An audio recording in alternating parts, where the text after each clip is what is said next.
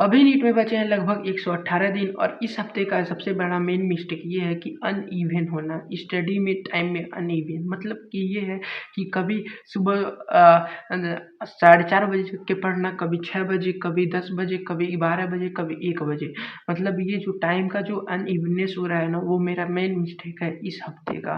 और भाई इसे जल्द से जल्द दूर करूँगा, मेहनत करके जैसे भी प्रयास करना पड़ेगा ना। अगर मान लो मैं 6 बजे ही उठता हूँ तो डेली 6 बजे उठ के ही बैठ के पढ़ो। और ना कि तुम कभी 9 बजे उठ रहे हो, जिससे जो हो रहा है ना अनइवन टाइम टेबल बनता जा रहा है और भाई हमेशा डिले होता जा रहा है। यार हर हफ्ते ना कुछ गलत कमियां निकालना पड़ेगा और उसको क्योर करना पड़ेगा। और नहीं है तो भाई विल एंड गुड गुड अगर है तो उसे गलत कमियों को निकालो और भाई उसे दूर करो।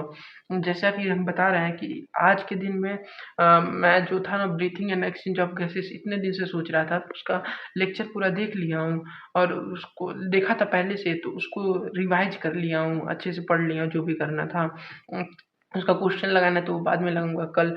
और बॉडी फ्लूइड एंड सर्कुलेशन का लेक्चर पूरा आज के आज देख लूंगा, कंफर्म देख के सोऊंगा, क्योंकि डाउनलोडेड हो गया है, कोई नेटवर्क इशू नहीं होने वाला उसमें। और हफ्ते में मेरा कितना कितना चैप्टर हो गया है, जैसे कि देख सकते हैं जीओसी हाफ जो था लेक्चर, वो इतना सारा लेक्चर था ना, कंप्लीट करते करते हो गया है ये सारा जीओसी। हाइड्रोकार्बन का 11 लेक्चर देख चुका हूँ, तो मतलब 5 ही लेक्चर बचे हुए, तो हाइड्रोकार्बन में मेरा कंप्लीट हो जाएगा। प्लांट ग्रोथ एंड डेवलपमेंट जो है एनसीईआरटी से पढ़ के खत्म कर दिया। Breathing and exchange of gases वो भी एनसीईआरटी से पढ़ के खत्म कर दिया हूँ।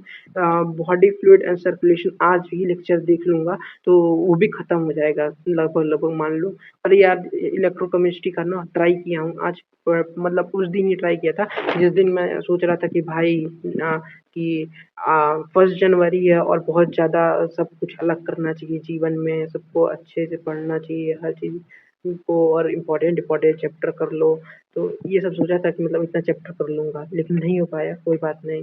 अगले हफ्ते में और भी मेहनत और एफर्ट डालूँगा जिसकी वजह से और अच्छा हो जाए। तो इलेक्ट्रोकेमिस्ट्री ट्राई किया था तो आधा अधूरा पढ़ा हूँ, मतलब 4-5 पेज, मतलब जो इलेक्ट्रिकल कंडक्टिविटी वाला पार्ट होता है ना, जिसमें कंडक्टिविटी आता है, कंडक्टेंस आता है, खप्पा आता है, रेजिस्टिविटी आता है, वो वाली जो पार्ट होती है वो वाली पार्ट कंप्लीट हो गया है।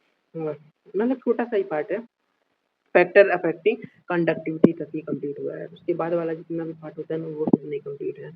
हाँ, मतलब उतना ही पाठ किया हूँ और फिर उसके बाद से ये सब हो जाएगा। फिर अगले हफ्ते का फिर ऐसे ही लाइन खींच दिया हूँ और 1 हफ्ते बाद फिर बनाऊँगा। ऐसे-ऐसे ना हमारे कुल 17 एपिसोड होने वाले हैं। 17 एपिसोड के बाद से हमारा नीट का एग्ज़ाम आ जाएगा। तो भाई अगले हफ्ते ये सब जो मिस्टेक किया ना, मेन मिस्टेक अपने जीवन में, कि अनइवन टाइम ऑफ स्टडी जो है वो उसको भाई सुधारना है अपने जीवन से। क्योंकि भाई ये जो बिग मिस्टेक है अपने जीवन का अभी का, इस बार का, इस हफ्ते का, इस जो 17 एपिसोड में मतलब डे सेकेंड एपिसोड में उसको रिपीट ही करना है अपने जीवन में, बस इतना ही लाइफ में करना है। अचीव इसको करते जाऊँगा, शायद शायद शायद शायद मेरा नीट निकल जाए। अगर नहीं निकलेगा तो जीवन में कुछ अच्छा करेंगे और भी अच्छा होगा, क्योंकि भाई एलिजिबल नहीं रहेगा ये कि मेरा नीट नहीं हुआ और कुछ नहीं हुआ। टिकट ना है इससे बढ़िया बेस्ट रीज़न है। बेस्ट रीज़न ये भी है ना कि भाई ये 29 दिसंबर से डाला हूँ, रोज़-रोज़ पढ़ रहा हूँ, रोज़-रोज़ अपना कुछ ना कुछ कर रहा हूँ। ये ऐसा नहीं है कि मैं कुछ नहीं कर रहा हूँ, तो वो बहुत बड़ी गलत बात है। तो इसमें क्या है ना कि मैं एक ही लेक्चर देख पाया हूँ आज, तो एक लेक्चर ये देख लिया हूँ। Breathing and exchange of gases जो है थोड़ा-सा मतलब अपने से खुद रिवाइज़ करके, वो तो यहाँ पे भी करना चाह रहा था लेकिन नहीं हो पाया, नहीं पढ़ा। ये जो 2-2 दिन एक ही चैप्टर को डाल रहा हूँ ना, ये भी सब मिस्टेक ही है मेरा कि 2-2 दिन एक चैप्टर को डाल रहा हूँ। भाई एक चैप्टर जिस दिन डाला हूँ, टारगेट बनाया हो तो उसको कंप्लीट करना चाहिए, लेकिन नहीं बन रहा था, नहीं कंप्लीट हो रहा। अगर 3 लेक्चर डेली देख रहा हूँ, एक चैप्टर डेली करना पड़ेगा, 2 चैप्टर करना पड़ेगा, जिससे मैं जल्दी मतलब 40-50 दिन में नीट का पूरा सिलेबस कवर हो जाए और फिर दोबारा रिवीजन करके अच्छे से हो पाए। और मैं ये ट्राई कर रहा हूँ ना कि जो ईज़ी चैप्टर है मेरे, वो पहले कर लूँ। जैसे मेरे को सबसे कठिन चैप्टर वही लगते हैं जो याद करने पड़ते हैं।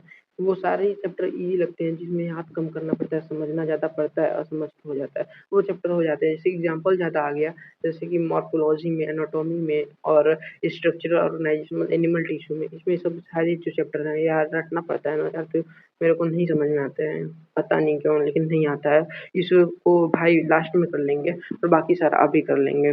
और ये जो जीओसी वाला है, ये सब चैप्टर कंप्लीट तो हो जा रहा है, सर टीचर करा रहे हैं ना, इसको खुद से भी रिवाइज करना पड़ेगा ना यार, खुद से भी रटना पड़ेगा ना यार। इसको भी हम खुद से करेंगे ना, तो उसके लिए भी तो टाइम निकालना पड़ेगा ना, पहले करना पड़ेगा। तो हम कम से कम 40-50 दिन में ही ये जो है अपना maximum part of the syllabus करने की कोशिश करेंगे। देखो क्या होता है। Okay, bye bye, Tata.